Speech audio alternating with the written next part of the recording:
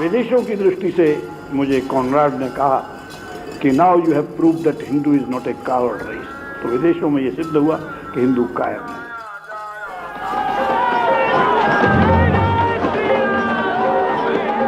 RSS, विश्व Hindu Parishad, Bharatiya Janata party के नेताओं की बहुत गहरी साजिश थी। उस साजिश की भनक मुझे अंत तक लगने नहीं दी। 6 दिसंबर 1992 सुबह सवेरे 10:30 बजे के आसपास अयोध्या में लगभग 450 वर्ष पुरानी विवादित बाबरी मस्जिद के आसपास ये दृश्य था। कुछ कट्टरपंथी हिंदू संगठनों द्वारा उस दिन अयोध्या में मस्जिद के निकट ही राम मंदिर निर्माण के लिए एक सांकेतिक कार सेवा करने की घोषणा की गई थी। स्थानीय प्रशासन के अनुसार इस कार सेवा में भाग लेने के लिए देश भर से लगभग 1.5 लाख लोग 2 दिन पहले ही अयोध्या पहुंच गए थे। लेकिन 6 दिसंबर को 1.5 घंटे के अंदर ही नज़ारा बदल गया। जो भीड़ मंदिर के लिए कार सेवा करने के लिए इकट्ठा हुई थी, अचानक सब कुछ भूलकर मस्जिद तोड़ने में जुट गई। कुछ युवकों ने मस्जिद की छत पर चढ़कर उसके बीच वाले गुंबद पर भगवा झंडा लहरा दिया।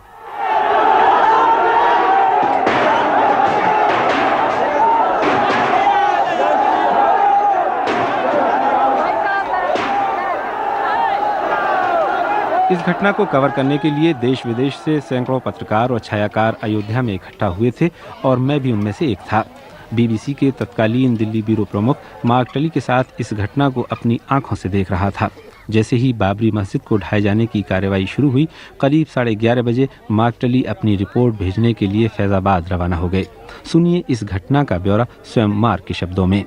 मैंने लिखा था कि सब पुलिस के इंतजाम फेल्ड हो गया और लोग तो घुसपैठ किया मस्जिद के अंदर में, और मुझे मालूम नहीं है कि इनको कैसे रोकेंगे, कि अगर सरकार उनको रोक सकेंगे या नहीं रोक सकेंगे। फिर उसके बाद मैं वापस गया अयोध्या और कई लोग ने मुझे गिरफ्तार किया, मुझे नज़रबंद किया एक मंदिर के कमरे में। शाम होते होते मुगलकालीन बादशाह बाबर के दौर में बनवाई गई 450 वर्ष पुरानी ये ऐतिहासिक मस्जिद पूरी तरह ध्वस्त हो गई और इसे ध्वस्त करने वाले कार सेवक इसका काफी मलबा भी अपने साथ उठाकर ले गए। और अगले दिन सवेरे इस मलबे पर बांस की बल्लियों और कपड़े से ढका एक मंदिर नजर आया, जिस पर भगवा लहरा रहा था और वहां रामलला की मूर्तियां विराजमान थीं।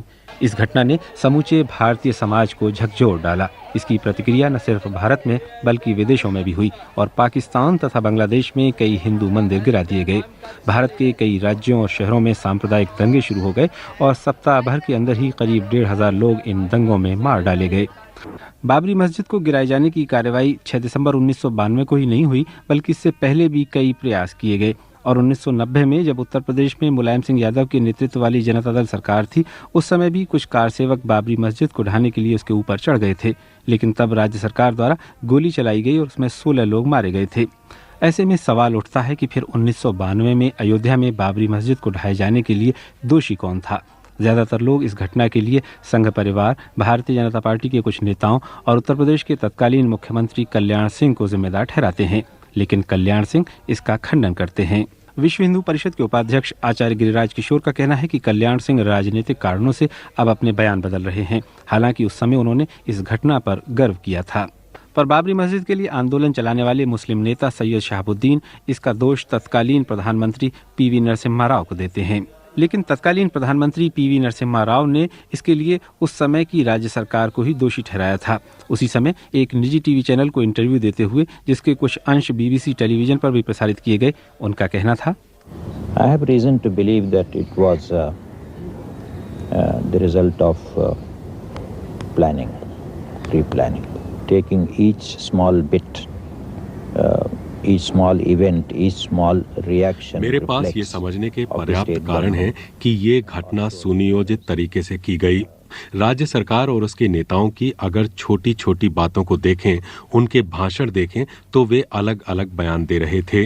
अदालत में कुछ और बाहर कुछ और। उन्होंने सुप्रीम कोर्ट में हलफनामा दाखिल किया था कि मस्जिद को किसी प्रकार का नुकसान नहीं पहुंचाया जाएगा, मगर जब ये हुआ तो उसे रोकने के लिए कोई कदम नहीं उठाया। इन सब बातों को देखते हुए मुझे लगता है कि यह स्वतः स्फूर्त घटना नहीं हो सकती और मैं पूर्ण रूप से आश्वस्त हूं कि मस्जिद गिराने की यह घटना पहले से नियोजित थी। ये थे नरसिम्हा राव के शब्द। पर सवाल ये उठता है कि जब अयोध्या में ये घटना हुई तो प्रधानमंत्री क्या कर रहे थे? उन्होंने कोई कदम क्यों नहीं उठाया? पीवी नरसिम्हा राव का जवाब था, What more can you do than giving the state government 192 companies of the central forces, paramilitary forces, which राज्य सरकार को अर्धसैनिक और केंद्रीय बलों की 192 कंपनियां देने के अलावा और ज्यादा किया भी किया जा सकता था, जिनकी तादाद 11-12 हजार से के करीब थी और वे हथियारों से लैस थे। राज्य सरकार ने उनका इस्तेमाल नहीं किया और संविधान सुरक्षा बलों को अपने आप काम करने की इजाजत नहीं देता।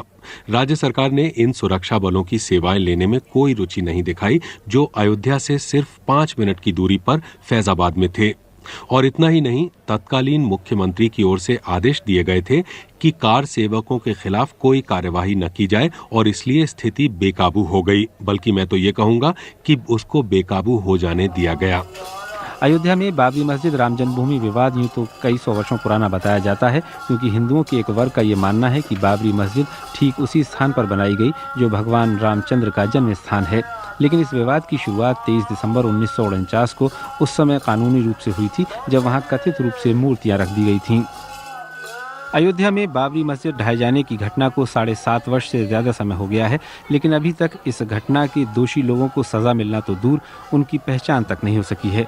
हालांकि लखनऊ की एक विशेष अदालत में संघ परिवार, विश्व हिंदू परिषद, बजरंग दल और भारतीय जनता पार्टी के कई वरिष्ठ नेताओं तथा सांसदों के खिलाफ मुकदमा चल रहा है, जिनमें केंद्रीय गृह मंत्री लालकृष्ण आडवाणी और मानव संसाधन विकास मंत्री डॉक्टर मुरली मनोहर जोशी तथा पूर्व मुख्यमंत्री कल्याण सिंह के नाम उल्लेखनीय हैं।